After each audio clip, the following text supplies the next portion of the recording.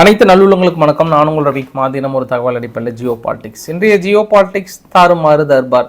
அதாவது நம்ப வைத்து ஏமாற்றுவது எப்படி, அப்படி இல்லையா இது ஒரு வகையான மிரட்டல் அப்படின்னு கூட சொல்லலாம். மிரட்டல் அப்படின்லாம் இல்லை, நம்ப வைத்து ஏமாத்துறது அப்படின்னு எடுத்துக்கலாம். ஏன்னா தைவானை நேரடியாக மிரட்டிட்டாங்க ட்ரம்ப் அவர்கள். இங்கே பார், டிஎஸ்எம்சியினுடைய மிக முக்கியமான சிப் மேக்கிங் கம்பெனி எங்களை நம்பி இருக்கிறத விட்டுட்டு என்ன நீங்கள் அங்கேருந்து இறக்குமதி பண்ணிட்டு இருக்கீங்க, ஒன்று வரி விதிச்சிட ஆரம்பிச்சிருவேன் 100% அளவுக்கு. 1% 2%லாம் கிடையாது, எவ்வளோ 100% வரி விதிச்சிடுவேன் அப்படின்னு சொல்லி ஒரு அதிர்வலையை ஏற்படுத்தியிருக்காங்க. பாவம் தைவான் இவங்களையே நம்பி இருந்து சீனாவை முழுமையாக எதிரியாக்கின இந்த சமயத்தில் வேற வழியே இல்லாமல் அரெஸ்ட் ஆகிட்டாங்க அப்படின்னு கூட சொல்ல முடியும் நம்ம. லைக் இப்போ ஐரோப்பா எப்படி ரஷ்யா வழி இல்லாமல் போய் அமெரிக்கா கிட்ட அரெஸ்ட் ஆகிட்டு நீங்கள் அமெரிக்கா மிரட்டலுக்கெல்லாம் கையை கட்டிட்டு இருக்காங்களோ, அதே மாதிரியான ஒரு சூழ்நிலை தைவானுக்கும் உருவாகி இருக்கிறது. என்ன நடந்தது, எங்கே நிகழ்ந்தது, இனி என்ன நடக்க போகுது, அதை பற்றின ஒரு முழுமையான தகவல்.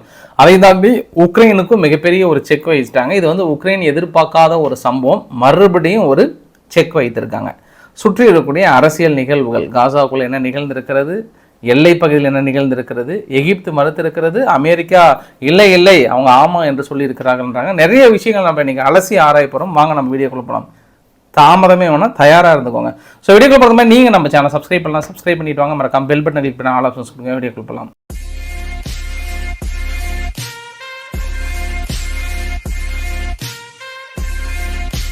ஆக்சுவலாக நான் டிஆர் காங்கோவை பற்றி பேசணும்னு நினச்சேன். ஏன்னா பெரிய சம்பவம். அங்கே இருக்கக்கூடிய அம்பாசிடர், அதாவது வெளிநாட்டுடைய தூதரங்கள் எல்லாமே முழுமையாக அடித்து உடைக்கப்படுகிறது. தலைநகரில் ஒரு மிகப்பெரிய அசம்பாவிதம் நிகழ்ந்து கொண்டிருக்கிறது.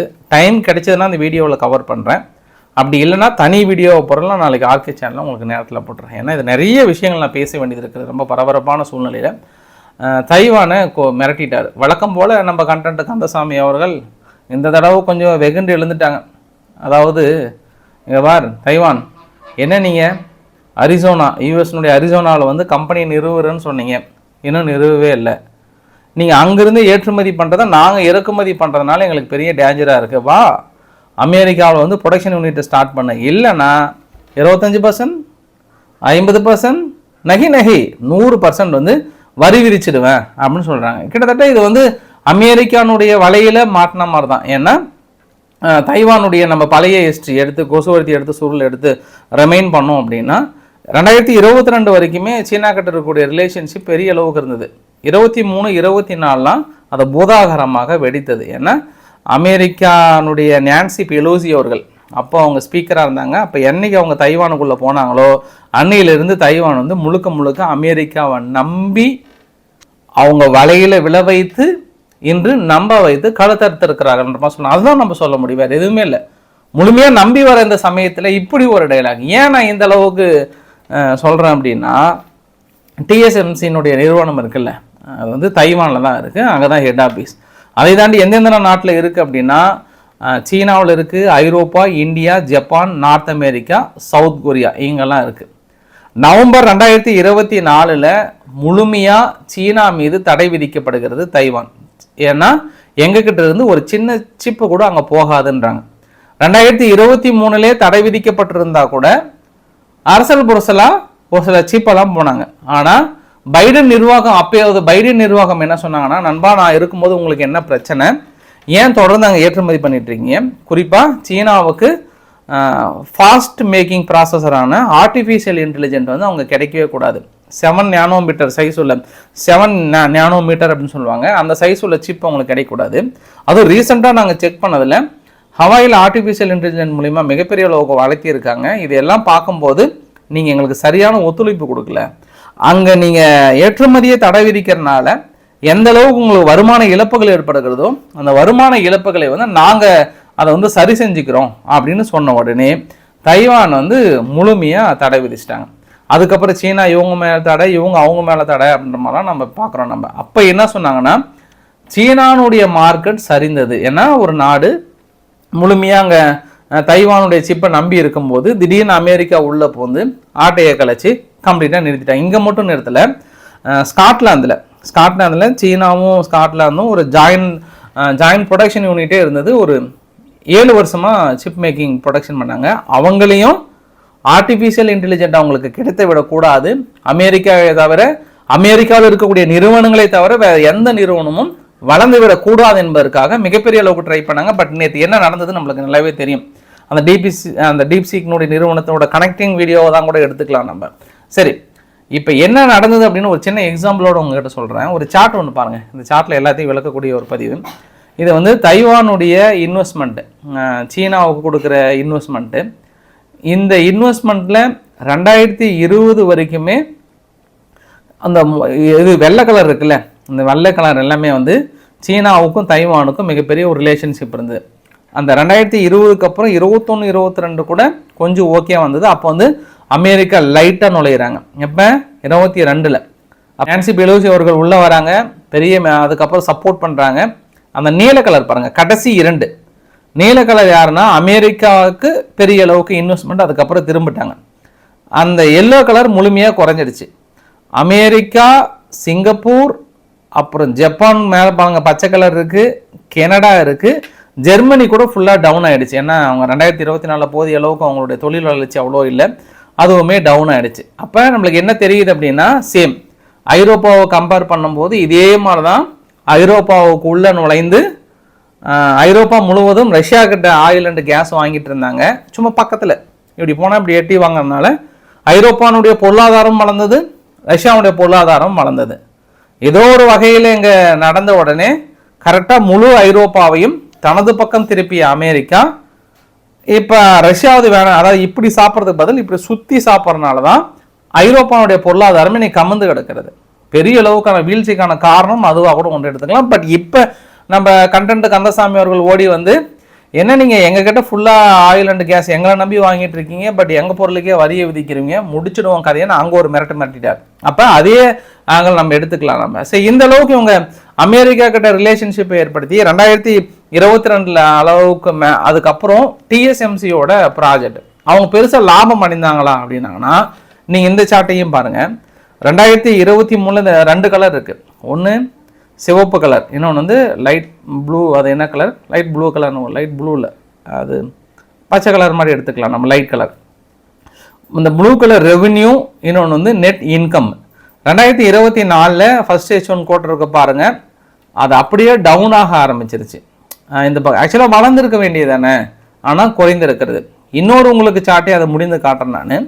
ஒட்டுமொத்தமாக 2021 22 வரைக்கும் வேர்ல்டு லெவலில் அதிகமான 63% அளவுக்கு சிப் மேக்கிங்கில் யார் டாமினேட் பண்ணுறாங்கன்னா டிஎஸ்எம்சி தான் டாமினேட் பண்ணுறாங்க, தைவானுடைய கம்பெனி. அதுக்கப்புறம் சாம்சங் வந்து சவுத் கொரியாவுடைய கம்பெனி. மறுபடியும் யூஎம்சின்றது டார்க் ப்ளூ, அவங்களும் சவுத் கொரியாவுடைய கம்பெனி. அப்புறம் குளோபல் ஃபண்ட்ரைசர்ன்றது தான் அமெரிக்காவது, அப்புறம் எஸ்எம்ஐசி வந்து சீனாவது, அப்புறம் அதர்ஸ். இதுதான். ஆனால் இதில் பெரிய அளவுக்கு டிஎஸ்எம்சி வந்து உலகளாவிய அளவில் ஒரு பெரிய ஒரு தாக்கத்தை ஏற்படுத்திய இந்த ஒட்டுமொத்த நிறுவனத்தையும் அமெரிக்கா வந்து கொடுத்த ஒரு ஒற்றை நம்பிக்கை, நீங்கள் அங்கே தடையை ஏற்படுத்திட்டு எங்கள் கூட வாங்கன்னு சொல்லிட்டு இவங்க வந்து அரிசோனாவில் போயிட்டு ஆக்சுவலாக ஃபிக்ஸ் பண்ணுறது, எங்கே அமெரிக்காவில் போயிட்டு இறங்க வேண்டியது. ஆக்சுவலாக அமெரிக்கா என்ன சொல்லிட்டாங்கன்னா, நீங்கள் எங்கள் நாட்டுக்குள்ளே வரணும் அப்படின்னா உங்களுடைய கம்ப்ளீட் டெக்னாலஜி எங்ககிட்ட ஷேர் பண்ணணும், நாங்களும் இணைந்து ப்ரொடக்ஷன் பண்ணுற மாதிரி வரணும் அப்படின்றாங்க. இப்போ டிஎஸ்எம்சியை அங்கே உடனே அமெரிக்கா போகலை அப்படின்னா, நாளைக்கு முழு டெக்னாலஜி அவங்ககிட்ட ஷேர் பண்ணி அவங்களோட இணைந்து நம்ம ப்ரொடக்ஷன் யூனிட்டை ஸ்டார்ட் பண்ணும்போது நாளைக்கு பிரச்சனைன்னு வரும்போது நம்மளை தள்ளி விட்டு அவங்க ஃபுல்லாக ஸ்டார்ட் பண்ணிட்டு போயிடுவாங்க. அப்புறம் ஒன்றுமே இல்லாமல் அப்போ அதை வச்சு அவங்க ஆட்டோமேட்டிக்காக வளர்த்த ஆரம்பிச்சிடுவாங்க. ஸோ நம்மளோட டெக்னாலஜியை எங்களால் ஷேர் பண்ண முடியாது அப்படின்ற ஒற்றை காரணத்திற்காகவும், மிக முக்கியமான காரணத்திற்காகவும், தனது நிறுவனத்தை காப்பாற்றுவதற்காகவும் அங்கிருந்து நாங்கள் வரல, இங்கிருந்தே உங்களுக்கு இறக்குமதி கொடுக்குறேன்னு சொன்னாங்க. அப்பயுமே பைடன் நிர்வாகம் என்ன சொன்னாங்கன்னா, இல்லை நீங்கள் எவ்வளோ உள்ளே வந்தாலுமே நாங்கள் உங்களுக்கான ஃபண்டிங் ரிசோர்ஸ் எல்லாமே உங்களுக்கு சப்சிடி பேஸில் கொடுக்குறேன்னு சொன்னால் கூட, பட் ஜப்பானில் போய் நிறுவனாங்க. பட் ஆனால் இங்கே பெருசாக வரல. சரி, இப்போ ஆட்சி மாற்றங்கள் நிகழ்ந்தது. ஆட்சி மாற்றங்கள் நிகழ்ந்த உடனே தலைவர் தான் வரி குதிரைக்கே வரி போகிறவராச்சு, இங்கே விட்டுருவாரா? கந்தசாமி பார்த்தாரு, என்ன தைவான்லேருந்து இவருக்கு பழைய ஹிஸ்ட்ரிலாம் முக்கியமே கிடையாது, அது நீங்கள் எப்படியோ போய்க்கோங்க, அது பைடன் ஆச்சு நீங்களாச்சு, எனக்கு தேவை மேக் அமெரிக்கா கிரேட் எகைன். நீங்கள் உங்கள் நிறுவனத்தை கொண்டு வந்து நிறுவுறீங்களா, இல்லை போடட்டுமா வரிய, லைக் நான் பொருளாதார தடையை இப்போ இவர் வந்து பிடிச்சிக்கிட்டார். இப்போ தைவான் என்ன நினைக்கிறாங்கன்னா, இதை நம்ப வைத்து கழுத்தறுத்த விஷயம். நான் பாட்டுக்கு அங்கே இருந்திருப்பேன், அதையும் எடுத்து இந்த பக்கம் வந்து முழுமையாக இப்போ என்ன பண்ணுறதுன்னு தெரியாமல் நிற்கிறாங்க. ஏன்னா இப்போ சீனா பக்கமும் போக முடியாத ஒரு சூழ்நிலை. ஏன் சீனா பக்கம் போக முடியாது அப்படின்னா, நம்ம நேற்றே பார்த்துட்டோம், டீப் சீக்கினுடைய ஆர்டிஃபிஷியல் இன்டெலிஜென்ஸுடைய செயலியுடைய வளர்ச்சி. இவங்க என்னதான் அமெரிக்கா மாங்குன்னு டிஎஸ்எம்சியிலிருந்து எல்லா சிப்பையும் அங்கே போகக்கூடாதுன்னு அடுத்தடுத்து தடைகளை போட்டு நம்ம நேற்றே சொல்லியிருந்தோம். H800 இன்னொன்று வந்து H100 H100 இந்த 2 சிப்பையும் அவங்க கிடைக்கூடாது, ப்ளஸ் அடிஷ்னலாக 7 நானோமீட்டர், இந்த 3மே அவங்களுக்கு கிடைக்கூடாதுன்னு ட்ரை பண்ணாங்க. பட் அவங்களே ஓன் ப்ரொடக்ஷனில் இன்றைக்கி பெரிய அளவுக்கு ரெடி பண்ணி 47 கோடி இன்வெஸ்ட்மெண்ட்டில் இன்றைக்கி பெரிய அளவுக்கு வளர்ந்து நிற்கிறாங்க. NVIDIA அப்படின்ற ஒரு கம்பெனி கிட்டத்தட்ட 20% மேலே லாஸ், ஆல்மோஸ்ட் அப்படின்னா ஒரு 600 பில்லியனுக்கு மேலே லாஸ் அப்படின்றாங்க. அதை தாண்டி இன்னொரு விஷயம் சொன்னோன்னா, நிறைய கம்பெனிகள், அமெரிக்காவுடைய கம்பெனிகள் ஃபுல்லாக இங்கே பார்க்குறீங்களா, Microsoft, Amazon, oracle, Google, meetha எல்லாமே ஒரு நம்ம இந்திய மதிப்பில் ஒவ்வொரு நிறுவனமும் தனிப்பட்ட முறையில் 2000, 3000, 4000 கோடி இன்வெஸ்ட் பண்ணியிருக்காங்க இந்த ஆர்டிஃபிஷியல் இன்டெலிஜென்ட்டை வளர்க்குறதுக்காக. எவ்வளோ ஒரு நிறுவனமும் தனிப்பட்ட முறையில் NVIDIA மட்டுமே 8000 கோடி, மீதி எல்லாம் வந்து ஒரு 4000 கோடி 3000 கோடி இன்வெஸ்ட் பண்ணுறாங்க. ஆனால் இவங்க வந்து ஒரே புடையன்னு 47 கோடியில் எல்லாத்தையும் முடிச்சு வச்சுட்டாங்க. இதில் ஓப்பன் ஏஐனுடைய சீஃப் கூட என்ன, ஆல்ட்மேன் கூட என்ன சொன்னார்னா, நான் அந்த செயலியோட ஸ்பீடு பார்த்தேன், ரொம்ப ஸ்பீடாக தான் இருக்கேன். நான் கூட செக் பண்ணி பார்த்தேன் பக்கத்தில், ரொம்ப ஸ்பீடாக தான் இருக்குது. நான் கேட்ட ஒரே ஒரு கேள்வி தான், டிஎஸ்எம்சிக்கும் அமெரிக்காவுக்கு இருக்கக்கூடிய ரிலேஷன்ஷிப் என்னன்னு போட்டால் ஒட்டுமொத்த செய்தியும் ரொம்ப ஸ்பீடாக தான் கிடைச்சிருக்கு. ChatGPT அளவுக்கு வந்திருந்தாலும் கொஞ்சம் ஸ்பீடாகவும் இருக்குது. இது என்னென்னா நெட் இல்லைனாலும் கிடைக்குது அப்படின்ற இன்னொரு வரப்பிரசாதமும் பார்க்கலாம் நம்ம. சரி, நம்ம இப்போ விஷயத்துக்கு வந்துடலாம். என்ன அப்படின்னா, எதுவுமே நீங்கள் சக்ஸஸ் இல்லை. ஸோ பொறுத்திருந்து பார்க்கலாம். நம்ம வரி குதிரைக்கே வரி போடுகிற ஏகாம்பரம் அவர்கள், கண்டென்ட் கந்தசாமி அவர்கள் இங்கேயும் வந்து புடையன்னு போட்டால் அவருக்கு வந்து யாருக்குமே நண்பர்கள் கிடையாதுங்க, எல்லாத்தையுமே போட்டு தள்ளுறாருங்க. இன்னொன்று என்ன, இப்போ இங்கே வந்துடலாம், யாங்க உக்ரைன்கிட்ட வந்துடலாம். உக்ரைனுக்கும் இதே மாதிரி ஒரு சூழ்நிலை, நம்ம கொசுவர்த்தி சூழல் எடுத்து ரிமைண்ட் பண்ண வேண்டிய ஒரு சூழ்நிலை. 20 ஜனவரி 2024 பைடன் அவர்கள் வந்து உக்ரைனுக்கு ஒரு வார்த்தை கொடுக்குறாரு. இங்கே பாருப்பா, நம்ம 2023 உங்களோட அகதிகளை நாங்கள் ஏற்றுக்கணும்னு நினச்சோம், ஆனால் சந்தர்ப்ப சூழ்நிலையில் முடியல. ஃபஸ்ட்டு நாங்கள் 1,10,000 அகதிகளை ஸ்பெஷலாக நாங்கள் அமெரிக்காவில் ஏற்றுக்கிறோம். அதுக்கப்புறம் ஒரு 25,000 பேர், அதுக்கப்புறம் ஒரு 50,000, அதுக்கப்புறம் ஒரு 25,000, இந்த மாதிரி 3 கேட்டகரியாக பிரித்து நான் உங்கள் அகதிகள் எல்லாத்தையும் ஏற்றுக்கிறேன். நீ எதை பற்றியும் கவலைப்படாத, ரஷ்யாவை அடிக்கிறத மட்டும் பாருன்னு. ஆஹா, அமெரிக்கா அகதிகளை ஏற்றுக்கிட்டாங்க, இனி வந்து உக்ரைனுக்கு வழி பிறந்தது, ஆச்சா போச்சா ஹொச்சான்னு பெரிய அளவுக்கெல்லாம் வசனமாக பேசினாங்க. சரி, இப்போ மனுஷன் வந்த உடனே ஒரு தடை ஒன்று விதிச்சாங்க அமெரிக்காவிலிருந்து. என்ன தடை அப்படின்னா, அதாவது USCIS அப்படின்னு சொல்லுவாங்க, அமெரிக்காவால் கொடுக்கப்படுகிற அந்த இமிக்ரேஷன் சர்வீசஸ். அந்த இமிக்ரேஷன் சர்வீஸில் இருக்கிற மொத்த சேவையை நிறுத்துறாங்க. ஆரம்ப கட்டத்தில் உக்ரைனுடைய ஜெலன்ஸ்கி என்ன நினைச்சாருன்னா, ஓஹோ இது வந்து நம்ம நாட்டுக்கு பொருந்தாது, கியூபா, வெனிசுலா, ஹெய்த்தி இந்த நாடுகளுக்கு தான் பொருந்துனாங்க. இன்று கூப்பிட்டு என்ன சொல்லிட்டாங்கன்னா, இன்றில் நேற்றே சொல்லிட்டாங்க அந்த இமிக்ரேஷன் ஆஃபீஸர்ஸ்கிட்ட எல்லாத்துக்கிட்டே, ஹலோ எல்லா இமிக்ரேஷனும் எனக்கு ஒன்று தான், எல்லா அகதிகளும் ஒன்று தான், எங்கள் உக்ரைனோட அகதிகளும் வெளியே அனுப்புகிற வழியே பாருங்கள், அவங்க நாட்டுக்கு கிளம்பி போட்டவங்க, வேறு வழி இல்லை, அனுப்பி விடுங்க அப்படின்னு சொல்லிட்டாங்க. அப்போ அன்னைக்கு விட்ட டைலாக்லாம் போச்சா, சேம் தான், தைவானுமே தான் இங்கேயும். அதாவது நம்ம இதை எப்படி சொல்கிறது அப்படின்னா, ஜியோ பாலிட்டிக்ஸ் அப்படின்றது வந்து ஒரு அரசியல் மாற்றங்கள், ஒரு தலைவரோட மாற்றம் ஏற்பட்டது அப்படின்னா இந்த பூக்கோளமே மாறும்னு சொல்லுவாங்கல்ல, அந்த மாதிரி இது பெரிய அளவுக்கான ஒரு மாற்றம் இது. சரி, இப்போ ஐரோப்பாவுக்குள்ளேயே கூட ஓகேவா அப்படின்னு பார்த்தோன்னா, இன்று கூட என்னதான் அப்படியே பெரிய நட்பு நாடுகளாக போலந்து பேசினா கூட அந்த எல்லை பகுதியில் உட்காந்துட்டு பெரிய அளவுக்கு இப்போ செக்யூரிட்டி இன்க்ரீஸ் பண்ணியிருக்காங்க, நாளைக்கு நம்மளுக்குள்ள பிரச்சனை வந்துடக்கூடாதுன்ற மாதிரி சொல்லியிருக்காங்க. எல்லா அகதிகளும் அங்கங்கே வெளியேற்றிட்டு தான் இருக்காங்க. இதனால் அமெரிக்காவிலே அகதிகளாக வந்து ஒரு பெரிய நபரானது யார் அப்படின்னா செலினா கோமஸ். இந்த செலினா கோமஸ் அவள் பாருங்கள் வெம்பி அழுதுருக்குறாங்க. ஏன் அப்படின்னா, எல்லா அகதிகள், குறிப்பாக மெக்சிகோட அகதிகள்லாம் அப்படி அனுப்புகிறாங்களேன்னு சொல்லிட்டு வெம்பி அழுதுருக்காங்க. இன்றைக்கி அமெரிக்கா ஃபுல்லாக பெரிய ஹார்ட் ஆஃப் த டாபிக். அப்படி நீங்கள் கிளம்பணுன்னா நீங்கள் கிளம்பிருங்கன்ட்டாங்க. ஏன்னா எங்கள் செலினா இவங்க வந்து மிகப்பெரிய ஒரு பாப் சாங்கர் இவங்க. இவங்க அம்மா வந்து அமெரிக்கா, அப்பா வந்து மெக்சிகோவிலேருந்து வந்து அகதியாக வந்திருக்கிறார். அதுக்கப்புறம் அவர் பிறந்ததுக்கப்புறம் போயிருக்கிறார். அதனால் இவங்களுக்கு அகதிகள் மீது தனிப்பட்ட ஒரு பாசம். 5 மில்லியனுக்கு மேலே சொத்துக்கள் இருந்தாலும் அகதிகளுக்கு நிறைய உதவி செஞ்சுருக்காங்க. அதனால் இந்த மாதிரி அகதிகளை வெளியேற்றின உடனே வெம்பி அழுந்திருக்காங்க. அதனால தான் இன்றைக்கி நிர்வாகம் சார்பே சொல்லிட்டாங்க, ரொம்ப கஷ்டமாக இருந்தால் நீங்களும் அவங்க கூட வந்து பொட்டியை கட்டிடுங்க, ஒன்றும் பிரச்சனை இல்லை, நாங்கள் யாரையும் எங்களாம் வற்புறுத்தலை அப்படின்ற ஒரு டைலாக்குமே சொல்லியிருக்காங்க. ஸோ பொறுத்திருந்து பார்க்கலாம். இந்த நிதி உதவி நிறுத்துனாங்க அப்படின்னு சொன்னாங்கல்ல, இதில் நான் அடிஷ்னலாக இன்னொரு தகவலும் சொல்ல விரும்புகிறேன். பங்களாதேஷுக்கு வந்து அமெரிக்கா 3 வகையில் நிதி உதவி கொடுத்தாங்க. சுகாதாரம், விவசாயம், சுற்றுச்சூழல், நல்லாட்சி, ஜனநாயகம் மேம்படுத்துதல் மற்றும் பிற துறைகளின் வளர்ச்சிக்காக கொடுக்குறாங்க. நம்ம முன்ன சொன்ன அமெரிக்காவுடைய நிறுவனங்கள் வங்கதேசத்துக்காக கொடுத்தாங்க. 2023 20 கோடி கொடுத்தாங்க. 2024 49 கோடி, 2025 55 கோடி கொடுக்குற மாதிரியான ஒப்பந்தம். இதில் மிகப்பெரிய அளவுக்கு எதுக்காக கொடுக்குறாங்கன்னா 2017 ரோஹிங்கா முஸ்லீம்களுக்கு கொடுக்கப்பட்டது. இந்த 55 கோடியில் மிகப்பெரிய அளவுக்கு அதில் ஒரு பங்குமே இருந்ததாக சொல்லப்படுகிறது. அதனால் பங்களாதேஷும் அடிஷனலாக கொஞ்சம் மாட்டிக்கிட்டாங்க. வேர்ல்டு ஹெல்த் ஆர்கனைசேஷன் கொஞ்சம் இனி இருக்கக்கூடிய ஃபேக்கல்டிஸ்லாம் எடுக்கக்கூடாதுன்ற மாதிரி நேற்றே சொன்னாங்க. இன்று அமெரிக்கா அடுத்த ஒரு உத்தரவு கொடுத்துட்டாங்க.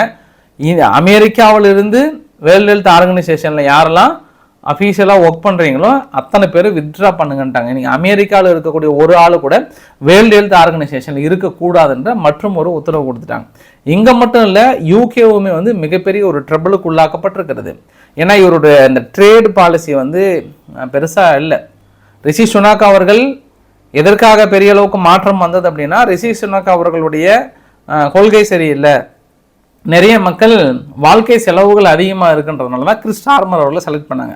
ஆனால் இவர் வந்துமே பெரிய மாற்றங்கள் இல்லை, ஒரு பெரிய நம்பிக்கையில் இருந்தார். அமெரிக்கா கிட்ட நம்ம பெருசாக டெவலப் பண்ணிடலான்ட்டு. ஆனால் அமெரிக்காவும் யூகேவும் 32% ஜிடிபியில் பேஸ் பண்ணி இருக்காங்களாம். ஆனால் திடீர்னு தலைவர் நம்ம வரி குதிரைக்கே வரி போடுகிற கண்டென்ட் கந்தசாமி அவர்கள் யூகேயும் விட்டு வைக்கல. அதனால் இப்போ கிறிஸ் ஸ்டார்மர் அவர்கள் நம்ம ரிலேஷன்ஷிப் அந்த அளவுக்கு இருக்குமா அப்படின்ற ஒரு கேள்வி கணைகளை வந்து போட்டு வைத்திருக்கிறார். இப்போ நம்ம இஸ்ரேல்கிட்ட போகணும் அப்படின்னா, உங்களுக்கு அந்த காசா பகுதியில் நேற்று விளக்கணில் இன்னும் கொஞ்சம் டீட்டெயிலாக சொல்லணும்னு நினைக்கிறேன். இந்த வரைபடத்தில் பார்த்தீங்கன்னா 2 சிவப்பு கோடுகள் இருக்குது எகிப்திலிருந்து. அந்த கடல் ஓரத்தில் இருக்கக்கூடிய சிவப்பு கோடுகள் என்னென்னா அங்கே மக்கள் நடந்து போவதற்கான வழிகள். ஏன்னா நான் வீடியோ பதிவுமே போடுறேன் பாருங்க.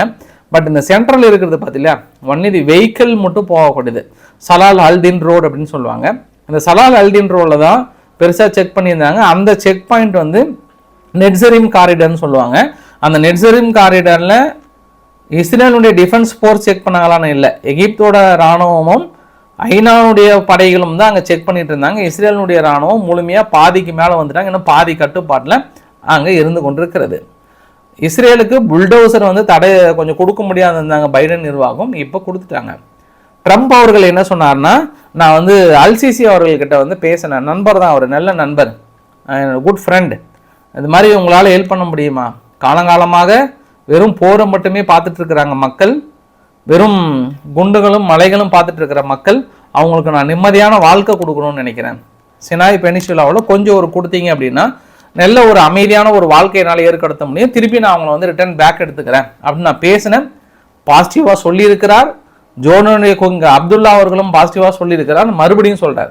ஆனால் எல்சிசி அவர்கள் இந்த வெளிப்படையாக சொல்கிறாரு, சப்போஸ் அகதிகளை கொண்டு வந்து நான் சினாய் பெனிசுலாவில் வைத்தேன் அப்படின்னா நாளை இஸ்ரேல் நேரடியாக இந்த பெனிசுலா மீது தாக்கல் நடத்தினாங்கன்னா அது எங்கள் மீது நடத்தப்படுகிற தாக்குதலாக இருக்கும். ஸோ இஸ்ரேல் காசான்ற யுத்தம் மாறி எகிப்து இஸ்ரேல் யுத்தமாக மாறிவிடும், ஒருபொழுதும் நான் இதை அனுமதிக்க மாட்டேன் அப்படின்னு மறுபடியும் ஒரு உறுதிப்படுத்தியிருக்கிறார். ஆனால் ட்ரம்ப் அவர்கள் நம்பிக்கை தெரிவித்திருக்கிறார். எல்லா நாடுமே இப்படி அமெரிக்கா கிட்ட முடியாதுந்தாங்க சொல்கிறாங்க, அதிகபட்சம் 1 நாள் 2 நாள் போய் நேரில் உட்காந்து பேசினாங்கன்னா முடிச்சிடுறாங்க. ஏன்னா நம்ம நிறைய பழைய ஸ்டோரிலாம் பார்த்துருக்கோம். குறிப்பாக அந்தர்பல்டி ஆறுமுகம் யாருங்க, எரடகன், எகிப்துன்ற பாருங்க, துருக்கியினுடைய அதிபர் அவர்கள் நேட்டோவில் குறிப்பாக ஸ்வீடனும் ஃபின்லாந்தும் இணையக்கூடாதுன்னு அது ஸ்வீடனில் இணையக்கூடாதுன்னு பயங்கரமாக எதிர்ப்பு தெரிவித்தார். நான் உயிர் உள்ள வரை அது இணையாதுன்னு நைட்டு படுக்கிறாரு மனுஷன். அந்த வார்த்தை தான் ரொம்ப முக்கியம், அது இன்னுமே மனசில் இருக்கு. நான் உயிர் உள்ள வரை, இந்த எகிப்து இருக்கும் வரை ஸ்வீடனை நேட்டோவில் இணைய விட மாட்டேன்ட்டாங்க மனுஷன். அடுத்த நாள் காலையில் அமெரிக்காக்காரர் வந்தாங்க, அமெரிக்காக்கார்ட்ட பொட்டியாட்டம் அமைதியாக, ஐயா எங்கேயா சைன் பண்ணணும், எங்கே தான் ஐயா நீங்கள் போங்க போங்கய்யா நான் பார்த்துக்கிறேங்க ஐயா அப்படின்ற மாதிரி பொடியன்னு பல்ட்டி. அதனால் இந்த டைலாக் எல்லாம் ஆரம்பத்தில் இப்படி தான் இருக்கும். ஆனால் நிச்சயம் பெரிய மாதல். ஏன்னா எகிப்தோட குடுமி வந்து அமெரிக்கா கிட்ட இருக்கிறது. ஏன்னா அங்கே மேலே மிகப்பெரிய ஒரு அணை பிரச்சனை ஒன்று இருக்குது. அந்த அணை பிரச்சனையில் சீனா அங்கே ஹெல்ப் பண்ணிகிட்டு இருக்கிறாங்க. அதனால் இப்போ அமெரிக்கா எகிப்து நிச்சயம் நம்பி இருக்கிறது, அது மாற்றம் வரும். ஆனால் எகிப்து என்ன சொல்லிட்டாங்கன்னா ஒருபடி மேலே போயிட்டு இன்றைக்கி மிகப்பெரிய ஒரு ட்ரீட் ஒன்று வச்சுட்டாங்க. பாலஸ்தீனத்தில் இருக்கக்கூடிய மிக முக்கியமான நபர், ஹமாஸினுடைய மிக முக்கியமான நபர்லாம் கொடுத்து கொண்டாடுங்களே நாம் வெற்றி பெற்று விட்டோம். இருக்கக்கூடிய பிணைய கைதிகளை வெளியிடுறாங்க, சிறை கைதிகளை வெளியிடுறாங்க. ஆனால் இதில் நிச்சயமாக வெற்றியா அப்படின்னா என்னை பொறுத்தவரைக்கும் இது வெற்றிலாம் இல்லை. ஏன்னா எந்த நோக்கத்துக்காக ஆரம்பித்தாங்க? காசாவுக்கான தனி நாடுக்கான கோரிக்கைக்காக அக்டோபர் 7ஆம் தேதி நடந்தது. ஆனால் 50,000 மக்களை இழந்து இப்போ இஸ்ரேல் வெளியேறினா போதும் அதுவே வெற்றின்னு நினைக்கிறாங்க. ஆரம்பத்தில் எதுக்காக ஆரம்பித்த இந்த யுத்தம்? தனி நாடுக்கான கோரிக்கை. காசா வந்து தனி நாடுக்கான, அது வெற்றி பெற்றாங்களா? இல்லையே. இஸ்ரேல் படைகள் வெளியேறதே வெற்றின்னு நினைக்கிறீங்களே, அதுதான் அங்கே மிகப்பெரிய பிரச்சனை. அதனால இது வெற்றின்னு எனக்கு தோணலை. ஆனால் இருக்கிற நிகழ்வுகள் வேறு மாதிரி இருக்கலாம். இது மக்களை இழந்தது தான் அதிகம். இழந்துதான் அதாவது வெளியேறினா போதும். கடைசியில் பாருங்க, இது அடுத்தடுத்த நிகழ்வுகள்லாம் நடக்கும்போது உங்களுக்கு புரியும் இது வெற்றியா தோல்வியா அப்படின்றது புரியும். ஸோ பொறுத்திருந்து பார்க்கலாம். நம்ம எதுவுமே முன்கூட்டி நம்மளால் ப்ரெடிக்ட் பண்ணவும் முடியாது, சொல்லவும் முடியாது. ஆனால் இது என்னை பொறுத்த வரைக்கும் அவங்க வேணா ஹமாஸ் தரப்பில் வெற்றி கொண்டாடலாம், செலிப்ரேட் பண்ணலாம். ஆனால் அது முன்பு இருந்த அதே நிலைமையை விட காசாவில் மோசமாகி இருக்கிறது இப்பொழுது. அதுதான் என்னுடைய ரிசல்ட்டை நான் பார்க்குறேன். நான் பார்க்கலாம் அக்டோபர் 7ஆம் தேதி நடந்தனால வெற்றி பெறாங்கன்னு பார்க்கலாம். ஜோர்டனுடைய பார்லிமெண்ட்லேயே என்ன பண்ணிட்டாங்கன்னா, நாங்கள் தனி தீர்மானமே கொண்டு வந்து ஒரு பகுதியெல்லாம் ஒதுக்க மாட்டேன்னு சொல்லிட்டாங்க. ஈரானுமே ஒரு படி மேலே போயிட்டு பெட்ரு இஸ்ரேலினுடைய மக்களை கிரீன்லேண்டில் போயிட்டு நீங்கள் உட்கார வச்சுடுங்க, ரொம்ப சிறப்பாக இருக்கும், சேமமாக இருக்கும் அப்படின்ற மாதிரி ஈரானுடைய வெளியுறவுத்துறை அமைச்சர் அராச்சி அவர்கள் வந்து சொல்லியிருக்காங்க. சரி, அதை தாண்டி பிரான்ஸுமே ஒரு உத்தரவாதம் கொடுத்துட்டாங்க ஐரோப்பாவுக்கு, களத்தில் இறங்கட்டுமான்னு கேட்டாங்க. அதனால் அமெரிக்காவை கொஞ்சம் கடன் நடுங்கி போய் இருக்கிறார் ட்ரம்ப் அவர்கள். 2 நாளாக தூங்கியிருக்க மாட்டார்னு நினைக்கிறேன். ஏன்னா பிரான்ஸ் சொன்ன டைலாக் தான் ரொம்ப முக்கியம். கிரீன்லாந்து உதவிக்கு அழைத்தால் நாங்கள் கிரீன்லாந்தையும் ஐரோப்பாவையும் பாதுகாக்க தயாராக இருக்கிறோம் அப்படின்னு பிரான்ஸுடைய வெளியுறவுத்துறை அமைச்சர் சொல்லியிருக்காரு. ஈஸ்ட் வெஸ்ட் நார்த் சவுத் எந்த பகுதியாக இருந்தாலும் ஐரோப்பாவினுடைய ஒரு நிலங்களை கூட நாங்கள் விட்டு கொடுக்க மாட்டோம், எல்லா நிலைப்பகுதிகளையும் நாங்கள் பாதுகாக்க தயாராக இருக்கிறோம், எங்களை அழைத்தால் மட்டும் போதும், நாங்கள் அமெரிக்காவாக இருந்தாலும் சரி யாராக இருந்தாலும் சரி நாங்கள் தாக்க தயாராக இருக்கிறோன்ற மாதிரி பிரான்ஸ் திடீர்னு வெகுண்டு சொல்லியிருக்கிறா. என்னன்னு தெரியல, நைட்டு ஏதாவது சரக்கு போட்டு பேசிட்டா என்னன்னு தெரியல, காலையில் வெடிஞ்சாதான் தெரியும். ஸோ பொறுத்திருந்து பார்க்கலாம். அதே போல் எங்கள் குறிப்பாக இன்றைக்கி ஹெஸ்புல்லா வந்து பெரிய அளவுக்கான அனௌன்ஸ்மெண்ட் கொடுத்துருக்காங்க. காஷம் அவர்கள் என்ன சொல்லியிருக்காருன்னா, 60 நாள் ஒப்பந்தம் முடிஞ்சும் 1350 தடவை ஒப்பந்தத்தை மீறி இருக்காங்க. அதையும் மீறி நாங்கள் பொறுமையாக இருக்கோம் அப்படின்னா எங்கள் பொறுமைக்கும் ஒரு எல்லை உண்டுன்னு சொல்லியிருக்காங்க. இவங்களும் சிரியாவுடைய எல்லை பகுதியில் தொடர்ந்து பெரிய அளவுக்கு ஒரு கட்டிடங்கள்லாம் வந்து கட்டிகிட்டு இருக்காங்க. அதை இன்றைக்கி வீடியோ பதிவாக வெளியிட்டிருக்காங்க. சிரியானுடைய எல்லை பகுதியில் எங்களை காப்பதற்காக நாங்கள் இதை கட்டி கொண்டிருக்கிறோன்ற மாதிரி வந்து சொல்லியிருக்காங்க. ஃபைனலாக அந்த வீடியோவோட நிறைவு பகுதியில் 2 விஷயம். ஒன்று, குறிப்பாக இந்தியா இந்தோனேஷியா கிட்ட பிரம்மோஸ் ஏவுகணை வந்து 3844 கோடிக்கான ஒப்பந்தங்கள். ஏன்னா இப்போ குடியரசு தினத்துக்கு வந்து சீஃப் கெஸ்ட்டாக வந்தார் இல்லையா, அதுக்கப்புறம் அங்கே ஒப்பந்தங்கள் ஏற்பட்டதாக வந்து சொல்கிறாங்க. ஒன்று. 2வது, ஐரோப்பாவில் குறிப்பாக செர்பியானுடைய பிரசிடென்ட் பதவி ஆல்மோஸ்ட் மிகப்பெரிய போராட்டம் நடத்தப்பட்டு அங்கே ஆட்சி கிட்டத்தட்ட கவிழ்ந்துருச்சுன்றமா சொல்கிறாங்க. ஒரே பரபரப்பாக இருக்குது செர்பியாவில். ஏற்கனவே ஐரோப்பாவுக்குள்ளே இருக்கக்கூடிய ஸ்லோவக்கியாவும் கொஞ்சம் ஒரு பதற்றமான சூழ்நிலை. தொடர்ந்து இந்த 2 நாடுகள் மிகப்பெரிய அளவுக்கு குறி வைக்கப்படுகிறது, ரஷ்யாவுக்கு ஆதரவான நாடுகள் என்பதால். ஸோ இன்றைக்கு ஓரளவுக்கான தகவலை கவர் பண்ண நினைக்கிறேன். பிடிச்சிருந்தா லைக் பண்ணுங்கள், ஃப்ரெண்ட்ஸுக்கு ஷேர் பண்ணுங்கள், சப்ஸ்கிரைப் பண்ணுங்கள். Ravikumar so much. நன்றி, வணக்கம். அப்போ எப்படா முடிப்பேன் சாமி? எவ்வளோ நேரம்ங்க?